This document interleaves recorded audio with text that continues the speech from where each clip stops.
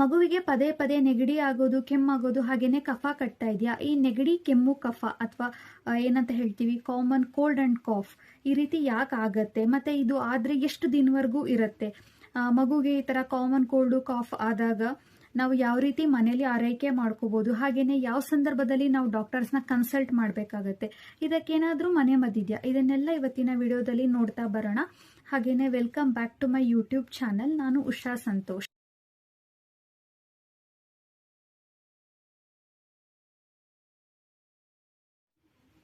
ಮಕ್ಕಳಲ್ಲಿ ಹೇಗಿರುತ್ತೆ ಅಂತ ಹೇಳಿದ್ರೆ, ಒಂದು ಮಗು ಏನಿಲ್ಲ ಅಂದ್ರೂ ಸರಿಸುಮಾರು ವರ್ಷಕ್ಕೆ 3-4 ಸಲನಾದ್ರೂ ಈ ನೆಗಡಿ, ಕೆಮ್ಮು, ಕಫ ಆಗ್ತಾನೆ ಇರುತ್ತೆ.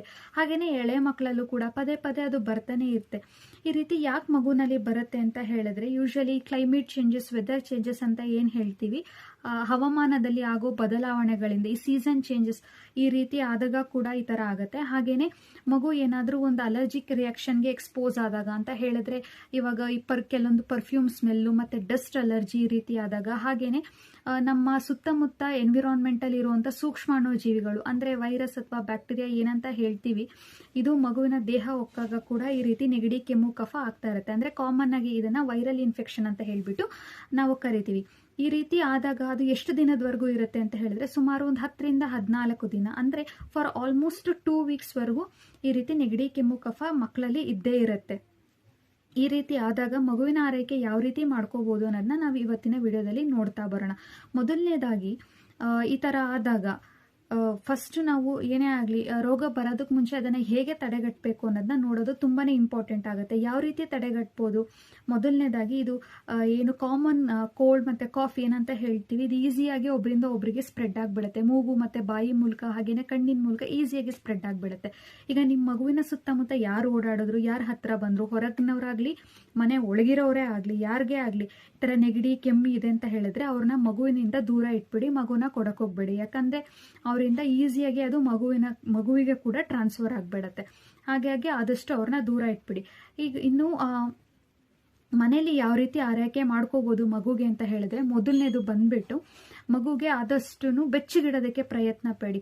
ಅದು ಇರುವಂತ ರೂಮ್ ಆಗ್ಲಿ, ಸುತ್ತಮುತ್ತ ವಾತಾವರಣ ಆದಷ್ಟು ಬೆಚ್ಚಗಿರ್ಲಿ. ಯಾಕಂತ ಹೇಳಿದ್ರೆ, ನೀವು ಇವಾಗ ಮಗುಗೆ ನೆಗಡಿ, ಕೆಮ್ಮು ಆಗಿದೆ ಅಂತ ಹೇಳಿ ಹೊರಗಡೆ ಈಗ ಥಂಡಿ ಗಾಳಿಗೆಲ್ಲ ನೀವು ಕರ್ಕೊಂಡು ಹೋಗ್ತಾ ಇದ್ದೀರಾ ಅಂತ ಹೇಳಿದ್ರೆ, ಅದ್ರದ್ದು ಏನು ಬ್ಲಾಕೇಜು, ಕಫ, ಅದೆಲ್ಲ ಕಂಜೆಷನ್ ಅಂತ ಏನ್ ಹೇಳ್ತೀವಿ, ಅದಿನ್ನೂ ಜಾಸ್ತಿ ಆಗೋಗ್ಬಿಡುತ್ತೆ. ಹಾಗಾಗಿ ಆದಷ್ಟು ಬೆಚ್ಚಗಿಡಿ, ಈ ಸ್ವೆಟರು, ಕ್ಯಾಪ್ ಎಲ್ಲ ಹಾಕಿ ಬೆಚ್ಚಗಿಡಿ.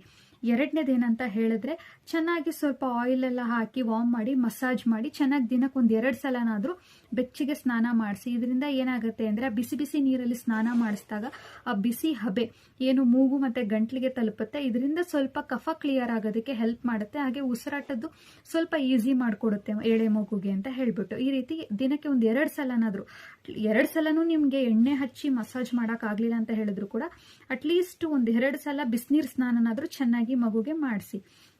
ಇದರಿಂದ ಕೂಡ ಅದರದ್ದು ನೆಗಡಿ, ಕೆಮ್ಮು, ಕಫ ಸ್ವಲ್ಪ ಬ್ಲಾಕೇಜ್ ಕ್ಲಿಯರ್ ಆಗೋದಕ್ಕೆ ಕೂಡ, ಮತ್ತೆ ಅದು ಉಸಿರಾಡ್ಲಿಕ್ಕೆ ಸ್ವಲ್ಪ ಆರಾಮ್ ಅಂತ ಅನ್ಸುತ್ತೆ. ಮೂರನೇದು ಏನಂತ ಹೇಳಿದ್ರೆ, ನೀವು ಯಾವ ತರದ್ರು ಡಾಕ್ಟರ್ ಹತ್ರ ಏನಾದ್ರು ಕನ್ಸಲ್ಟ್ ಮಾಡಿದೀರಾ ಅಂತ ಹೇಳಿದ್ರೆ, ಈಗ ನೇಸಲ್ ಸಲೈನ್ ಡ್ರಾಪ್ಸ್ ಅಂತ ಹೇಳಿ ನಾರ್ಮಲ್ ಆಗಿ ಡಾಕ್ಟರ್ಸ್ ಸಜೆಸ್ಟ್ ಮಾಡ್ತಾರೆ. ಇದು ಏನಂತ ಹೇಳಿದ್ರೆ, ಮಗುನಲ್ಲಿ ಈ ತರ ನೆಗಡಿ ಏನಾದ್ರು ಆದಾಗ ಅದು ಗೊಣ್ಣೆ ಅಥವಾ ಸಿಂಬಳ ಅಂತ ಏನ್ ಹೇಳ್ತೀವಿ ನಾವು, ಅದು ಗಟ್ಟಿ ಆಗ್ಬಿಟ್ಟು ಬ್ಲಾಕ್ ಆಗಿ ಮಗುಗೆ ಒಂದ್ ಸ್ವಲ್ಪ ಕಿರಿಕಿರಿ ಆಗೋದು, ಉಸಿರಾಡೋದಕ್ಕೆಲ್ಲ ತೊಂದರೆ ಆಗ್ತಾ ಇರುತ್ತೆ.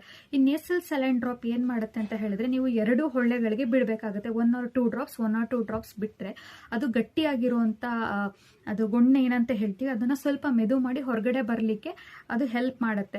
ಹಾಗೇನೆ ಒಂದು ಬಲ್ಪ್ ಅಂತ ಹೇಳ್ಬಿಟ್ಟು ಅದು ಸಜೆಸ್ಟ್ ಮಾಡ್ತಾರೆ. ಏನಂತ ಹೇಳಿದ್ರೆ, ಜಸ್ಟ್ ಒಂದು ಪಂಪ್ ಮಾಡೋದ್ರಿಂದ ಅದು ಮೆತ್ತಗಾಗಿರೋದೇನು ಹೊರಗೆ ಬರುತ್ತೆ. ಅದು ನಿಮ್ಗೆ ಮೆಡಿಕಲ್ ಸ್ಟೋರ್ ಅಲ್ಲೆಲ್ಲ ಸಿಗುತ್ತೆ, ನೀವು ಅದನ್ನ ತಗೋಬಹುದು. ಸೊ ನೀವು ನೇಸಲ್ ಸಲೈನ್ ಡ್ರಾಪ್ಸ್ ನ ಕೂಡ ಯೂಸ್ ಮಾಡಬಹುದು. ಅಥವಾ ಅದ್ರ ಬದಲಿಗೆ ಎದೆ ಹಾಲನ್ನ ಕೂಡ ಸ್ವಲ್ಪ ಮೂಗಿಗೆ ಪಂಪ್ ಮಾಡಿದ್ರೆ, ನೀವು ಹಾಲು ಯಾವಾಗ ಕೊಡಿಸ್ತೀರಾ ಅಂತ ಟೈಮಲ್ಲಿ ಪಂಪ್ ಮಾಡೋದ್ರಿಂದ ಕೂಡ ಅದು ಸ್ವಲ್ಪ ಮೆದುವಾಗಿ ಹೊರಗೆ ಬರುತ್ತೆ. ಇದು ಬಿಟ್ಟು ಇನ್ನ ಬಿಸಿ ನೀರಿಗೆ ಸ್ವಲ್ಪ ಉಪ್ಪನ್ನ ಮಿಕ್ಸ್ ಮಾಡಿ ಚೆನ್ನಾಗಿ ಕರಗಿಸಿ ಕೂಡ ನೀವು ಮೂಗಿನ ಹೊಳ್ಳೆಗಳಿಗೆ ಬಿಟ್ಕೋಬಹುದು. ಇದೆಲ್ಲದಕ್ಕಿಂತ ಬೆಟರ್ ಅಂತ ಹೇಳಿದ್ರೆ, ನಿಮ್ಗೆ ಪ್ರಿಸ್ಕ್ರಿಪ್ಷನ್ ಎಲ್ಲ ಇತ್ತು ಅಂತ ಹೇಳಿದ್ರೆ ನೇಸಲ್ ಸಲೈನ್ ಡ್ರಾಪ್ಸ್ ಕೊಡ್ತಾರೆ, ಅದನ್ನು ಕೂಡ ಯೂಸ್ ಮಾಡ್ಕೊಬಹುದು. ಮತ್ತೆ 4th ಒನ್ ಯಾವುದು ಅಂತ ಹೇಳಿದ್ರೆ, ಮಗುಗೆ ತಾಯಿ ಹಾಲಿಗಿಂತ ಅದಕ್ಕೆ ಒಂದು ಒಳ್ಳೆ ದಿವ್ಯೌಷಧ ಯಾವುದೂ ಇಲ್ಲ ಅಂತ ಹೇಳ್ಬೋದು. ಯಾಕೆ ಅಂತ ಹೇಳಿದ್ರೆ, ಅಂತ ಒಂದು ಒಳ್ಳೆ ಕೆಲಸನ ಈ ಎದೆ ಹಾಲು ಮಾಡುತ್ತೆ. ಈ 6 ತಿಂಗಳು ಒಳಗಡೆ ಇರುವಂಥ ಮಕ್ಕಳಿಗೆ ನಾವು ನಾರ್ಮಲ್ ಆಗಿ ನೀರು ಅಥವಾ ಯಾವುದೇ ಫುಡ್ಡು ಏನೂ ಐಟಮ್ ಕೊಡ್ತಾ ಇರಲ್ಲ. ಸೊ ಹಾಗಾಗಿ ಎದೆ ಹಾಲು ಏನು ಕೆಲಸ ಮಾಡುತ್ತೆ ಅಂತ ಹೇಳಿದ್ರೆ, ನೀವು ಆದಷ್ಟು ಚೆನ್ನಾಗಿ ನೆಗಡಿ ಕಫ ಇದ್ದಾಗ, ಕೆಮ್ಮು ಇದ್ದಾಗ ಮಗುಗೆ ಸಾಧ್ಯ ಆದಷ್ಟು ಎದೆ ಹಾಲನ್ನ ಕೊಡ್ತಾ ಬನ್ನಿ. ಎದೆ ಹಾಲು ಏನು ಮಾಡುತ್ತೆ, ಗಂಟ್ಲು ನೋವು, ಗಂಟ್ಲು ಕಿರಿಕಿರಿ ಇದ್ರೆ ಅದನ್ನ ದೂರ ಮಾಡಲಿಕ್ಕೆ ಹೆಲ್ಪ್ ಮಾಡುತ್ತೆ. ಹಾಗೇನೆ ಈ ಕಫ ಏನು ಕಟ್ಟಿರುತ್ತೆ ಅದನ್ನ, ಈ ಕಫನ ತಿಳಿ ಮಾಡಿ ಈಸಿಯಾಗಿ ಮಗು ಉಸಿರಾಡೋದಕ್ಕೆ ಹೆಲ್ಪ್ ಮಾಡುತ್ತೆ. ಅಂತ ಒಂದು ಒಳ್ಳೆ ಕೆಲಸನ ತಾಯಿಯ ಎದೆ ಹಾಲು ಮಾಡುತ್ತೆ. ಇದನ್ನು ನೀವು 6 ತಿಂಗಳವರೆಗೂ ಯಾವುದೋ ಮೆಡಿಸಿನ್ ಯಾವುದು ಕೊಡ್ತಾ ಇರೋದಲ್ಲ, ಅಂತ ಮಗುಗೆ ನೀವು ಕಂಟಿನ್ಯೂಸ್ ಬೆಸ್ಟ್ ಮಿಲ್ಕ್ ಕೊಡ್ತಾನೆ ಬನ್ನಿ.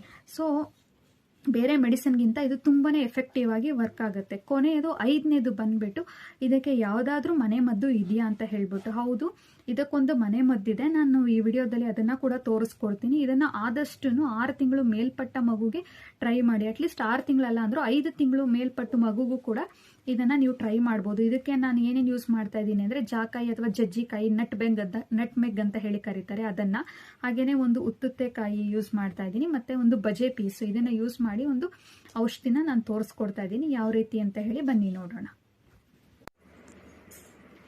ನಾನು ಈ ಮನೆ ಮದ್ದು ಮಾಡೋದಕ್ಕೆ ಒಂದು ಪೀಸು ಬಜೆ ತೊಗೊಂಡಿದ್ದೀನಿ, ಹಾಗೆಯೇ ಒಂದು ಜಾಕಾಯಿ ಅಥವಾ ಜಜ್ಜಿಕಾಯಿ, ಇಂಗ್ಲೀಷಲ್ಲಿ ನಟ್ಮೆಗ್ ಅಂತ ಹೇಳ್ತಾರೆ, ಅದು ಒಂದು ತೊಗೊಂಡಿದ್ದೀವಿ, ಮತ್ತು ಒಂದು ಡ್ರೈ ಡೇಟ್ಸ್ ಅಥವಾ ಉತ್ತುತ್ತೆ ತೊಗೊಂಡಿದ್ದೀವಿ. ಇದರಲ್ಲಿ ಬಂದು ಇದನ್ನು ನೀವು ಎದೆ ಹಾಲಲ್ಲಿ ಬೇಕಾದರೆ ತೈಕೋಬೋದು ಅಥವಾ ಬಿಸಿನೀರಲ್ಲಿ ಬೇಕಾದರೆ ತೈಕೋಬೋದು. ನಾನಿಲ್ಲಿ 1 ಸ್ಪೂನಷ್ಟು ಬಿಸಿನೀರನ್ನ ತೊಗೊಂಡು 3 ತೈಕೋತಾ ಇದ್ದೀನಿ ನೋಡಿ. ಜಾಕಾಯಿ ಏನು ಮಾಡುತ್ತೆ ಅಂದರೆ, ಇದು ಮಗುವಿನ ದೇಹನ ಹೀಟಲ್ಲಿ ಇಡುತ್ತೆ, ಹಾಗೆಯೇ ಕೆಮ್ಮು ಮತ್ತು ಕಫಕ್ಕೆ ಕೂಡ ತುಂಬಾ ಒಳ್ಳೆಯದು. ಬಜೆ ಬಂದ್ಬಿಟ್ಟು ಗ್ಯಾಸ್ ಪ್ರಾಬ್ಲಮ್ಸ್ ಇದ್ದರೆ ಅಥವಾ ಮಗುಗೆ ಡೈಜೆಷನ್ ರಿಲೇಟೆಡ್ ಏನಾದರೂ ಪ್ರಾಬ್ಲಮ್ಸ್ ಇದ್ದರೆ ಅದು ಹೆಲ್ಪ್ ಮಾಡುತ್ತೆ, ಹಾಗಾಗಿ ಬಜೆ ತೊಗೊಂಡಿದ್ದೀನಿ. ಹಾಗೆ ಉತ್ತುತ್ತೆ ಕೂಡ, ಇದರಲ್ಲಿ ಫೈಬರ್ ಕಂಟೆಂಟ್ ತುಂಬಾ ಇದೆ, ಮತ್ತು ಒಂದು ಸ್ವೀಟ್ನೆಸ್ ಅನ್ನೋದು ಕೊಡುತ್ತೆ ಇದಕ್ಕೆ. ಇದು ಸ್ವಲ್ಪ ಜಾಕಾಯಿ ಬಜೆ ಎಲ್ಲ ಸ್ವಲ್ಪ ಒಗರು ಅಥವಾ ಖಾರವಾಗಿ ಇರುತ್ತೆ, ಹಾಗಾಗಿ ಇದನ್ನು ಹಾಕೋದ್ರಿಂದ ಸ್ವಲ್ಪ ಸ್ವೀಟ್ ಟೇಸ್ಟ್ ಬರುತ್ತೆ, ಆರೋಗ್ಯಕ್ಕೆ ಒಳ್ಳೆಯದು, ಇಮ್ಯುನಿಟಿ ಪವರ್ನ ಬೂಸ್ಟ್ ಮಾಡುತ್ತೆ. ಹಾಗಾಗಿ ಇದು 3 ನಾನು ತೈಕೋತಾ ಇದ್ದೀನಿ ನೋಡಿ. 5-6 ತಿಂಗಳು ಮೇಲ್ಪಟ್ಟ ಮಗುಗೆ ನೀವು ಆರಾಮಾಗಿ ಇದು ನೆಗಡಿ, ಕೆಮ್ಮು, ಕಫಕ್ಕೆ ಕೊಡ್ಬೋದು. ಒಳಗಿರೋ ಮಕ್ಕಳಿಗೆ ಸ್ವಲ್ಪ ಈ ಜಜ್ಜಿಕಾಯಿ, ಜಾಕಾಯಿನೇ ಸ್ವಲ್ಪ ನೀರಲ್ಲಿ ತೇಯ್ಕೊಂಡು ಎದೆ ಭಾಗಕ್ಕೆ ಹಚ್ಚೋದ್ರಿಂದ ಕೂಡ ಇದು ರಿಲೀಫ್ ಸಿಗುತ್ತೆ. ಉಷ್ಣಾಂಶ ಅಂದರೆ ಬೆಚ್ಚಗಿಡುತ್ತೆ ಮಗುನ. ಈ ರೀತಿ ನೀವು ಮನೆ ಮದ್ದನ್ನು ಯೂಸ್ ಮಾಡ್ಕೋಬೋದು 6 ತಿಂಗಳು ಮೇಲ್ಪಟ್ಟ ಮಗುಗೆ. 6 ತಿಂಗಳು ಕೆಳಪಟ್ಟ ಮಗುಗೆ ಅಂತ ಆದರೆ ನೀವು ಅದನ್ನು ಬರೀ ಜಾಕಾಯಿನ ಒಂದನ್ನು ತೇಯ್ಕೊಂಡು ಎದೆ ಭಾಗಕ್ಕೆ ಹಚ್ತಾ ಬನ್ನಿ ನೋಡಿ. 1 ಸ್ಪೂನಷ್ಟು ಮಗುಗೆ ಇದನ್ನು ಕುಡಿಸಿದ್ರೆ, ದಿನಕ್ಕೆ 1 ಸ್ಪೂನ್ ಬೆಳಗ್ಗೆ ಟೈಮಲ್ಲಿ ಅಥವಾ ಹಾಲು ಕುಡಿಯೋದಕ್ಕೆ ಮುಂಚೆ ಕೊಡಿಸಿ. ಯಾಕಂದರೆ ಹಾಲು ಕುಡಿಸಾದ್ಮೇಲೆ ಏನಾದರೂ ಕೊಟ್ರಿ ಅಂತ ಹೇಳಿದ್ರೆ ವಾಮಿಟ್ ಮಾಡ್ಕೊಂಡ್ಬಿಡುತ್ತೆ, ಹಾಗಾಗಿ ಮುಂಚೆ ಕುಡಿಸ್ಬಿಟ್ಟು ಬೇಕಂತ ಹೇಳಿದ್ರೆ ಬಿಸಿನೀರು ಅಥವಾ ಎದೆ ಹಾಲನ್ನ ನೀವು ಕೊಡ್ಬೋದು. ಆದಷ್ಟು ನಾನೀಗ ಹೇಳಿರೋದು ಏನೆಲ್ಲ ಸ್ಟೆಪ್ಸ್ ಅಥವಾ ಮೆಥಡ್ಸ್ ಏನಿದೆ, ನೀವು 6 ತಿಂಗಳು ಮೇಲ್ಪಟ್ಟು 5-6 ತಿಂಗಳು ಮೇಲ್ಪಟ್ಟು ಮಗುಗೆ ಟ್ರೈ ಮಾಡಿ. ಚಿಕ್ಕ ಮಗು ಇತ್ತು, ಎಳೆ ಮಗು ಇತ್ತು ಅಂತ ಹೇಳಿದ್ರೆ ಯಾವುದೇ ರಿಸ್ಕ್ ತೊಗೊಳಕ್ಕೆ ಹೋಗ್ಬಿಡಿ. ದಯವಿಟ್ಟು ಇಮಿಡಿಯೇಟ್ ನೀವು ಡಾಕ್ಟರ್ನ ಕನ್ಸಲ್ಟ್ ಮಾಡಿಬಿಡಿ. ನೋಡಿದ್ರಲ್ಲ ಯಾವ ರೀತಿ ಮನೆ ಮದ್ದನ್ನು ಇದನ್ನು ಮಾಡ್ಕೋಬೋದು ಅಂತ ಹೇಳಿಬಿಟ್ಟು. 6 ತಿಂಗಳು ಮೇಲ್ಪಟ್ಟ ಅಥವಾ 5 ತಿಂಗಳು ಮೇಲ್ಪಟ್ಟ ಮಗುಗೆ ನೀವು ಇದನ್ನು ಕೊಡ್ಬೋದು.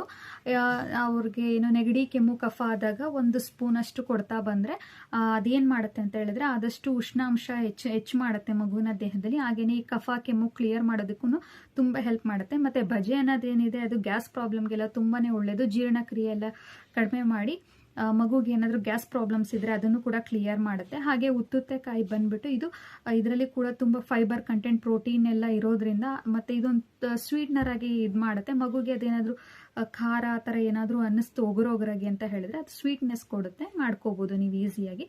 ಮತ್ತು ಕೊನೆ ಸೆಗ್ಮೆಂಟಲ್ಲಿ ಯಾವೆಲ್ಲ ಸಂದರ್ಭದಲ್ಲಿ ನಾವು ಡಾಕ್ಟರ್ನ ಕನ್ಸಲ್ಟ್ ಮಾಡಬೇಕಾಗತ್ತೆ ಅಂತ ಹೇಳಿಬಿಟ್ಟು. ಮೊದಲನೇದು, ಮಗು ಈಗ ನೆಗಡಿ, ಕೆಮ್ಮು, ಕಫದ ಜೊತೆಗೆ ಮಗುಗೆ ಏನಾದರೂ ಜ್ವರ ಇತ್ತಂತ ಹೇಳಿದ್ರೆ ಇಮಿಡಿಯೇಟು ನೀವು ಮಗುನ ಡಾಕ್ಟರ್ ಹತ್ರ ಕರ್ಕೊಂಡು ಹೋಗ್ಬೇಕಾಗತ್ತೆ. 2ನೇದು, ಮಗು ಉಸಿರಾಡೋದಕ್ಕೆ ಏನಾದರೂ ತುಂಬಾ ತೊಂದರೆ ಪಡ್ತಾ ಇದೆ ಮತ್ತು ಅಥವಾ ಜೋರಾಗಿ ಉಸಿರಾಡ್ತಾ ಇದೆ, ಇಲ್ಲ ಅಂತ ಹೇಳಿದ್ರೆ ಅಳುನೇ ನಿಲ್ಲಿಸ್ತಾ ಇಲ್ಲ, ಕಂಟಿನ್ಯೂಸ್ ಆಗಿ ಅಳ್ತಾನೆ ಇದೆ ಅಂತ ಹೇಳಿದ್ರೆ ನೀವು ಡೈರೆಕ್ಟಾಗಿ ನೀವು ಡಾಕ್ಟರ್ನ ಕನ್ಸಲ್ಟ್ ಮಾಡಬೇಕಾಗತ್ತೆ. ಮತ್ತು ಇನ್ನೊಂದು ವಿಷಯ ಏನಂತ ಹೇಳಿದ್ರೆ, ಈಗ 6 ತಿಂಗಳು ಒಳಗಡೆ ಇರೋ ಮಕ್ಕಳಿಗೆ ನೀವು ಕಂಟಿನ್ಯೂಸ್ ಆಗಿ ಎದೆ ಹಾಲು ಕೊಡ್ತಾ ಇರ್ತೀರ. ಅದೇ ರೀತಿ 6 ತಿಂಗಳು ಮೇಲ್ಪಟ್ಟ ಮಗುಗೆ ಏನಂದರೆ ಸಾಧ್ಯ ಆದಷ್ಟು ಸ್ವಲ್ಪ ಬಿಸಿನೀರು ಕೊಡ್ತಾ ಬನ್ನಿ. ಯಾಕಂತ ಹೇಳಿದ್ರೆ ಬಿಸಿನೀರು ಕೂಡ ಅಷ್ಟೇ ಸ್ವಲ್ಪ ಗಂಟಲಿಗೆ ರಿಲೀಫ್ ಕೊಡುತ್ತೆ, ಹಾಗೆ ಸ್ವಲ್ಪ ಕಫನ ಒಳಗೆ ತೆಳ್ಳೋದಕ್ಕೆ ಎಲ್ಲ ಹೆಲ್ಪ್ ಮಾಡುತ್ತೆ. ಹಾಗಾಗಿ ಬಿಸಿನೀರನ್ನು ನೀವು ಕೊಡ್ತಾ ಬರ್ಬೋದು. ನೋಡೋದ್ರಲ್ಲ ಈ ವಿಡಿಯೋದಲ್ಲಿ ಏನಾದರೂ ನಿಮಗೆ ಕಂಟೆಂಟ್ ಇಷ್ಟ ಆಯಿತು ಅಂತ ಹೇಳಿದ್ರೆ ದಯವಿಟ್ಟು ಸಬ್ಸ್ಕ್ರೈಬ್ ಮಾಡ್ಕೊಳೋದ್ರ ಮೂಲಕ ನನ್ನ ಚಾನಲ್ಗೆ ನೀವು ಸಪೋರ್ಟ್ ಕೂಡ ಮಾಡ್ಬೋದು. ಹಾಗೆ ಮತ್ತೊಂದಷ್ಟು ವಿಡಿಯೋಗಳನ್ನ ನಾನು ಇದ್ರ ಬಗ್ಗೆನೇ ಅಪ್ಲೋಡ್ ಮಾಡ್ತಾ ಬರ್ತೀನಿ. ನಿಮ್ಮ ಸಪೋರ್ಟ್ ಹೀಗೆ ಇರಲಿ. Thank you so much.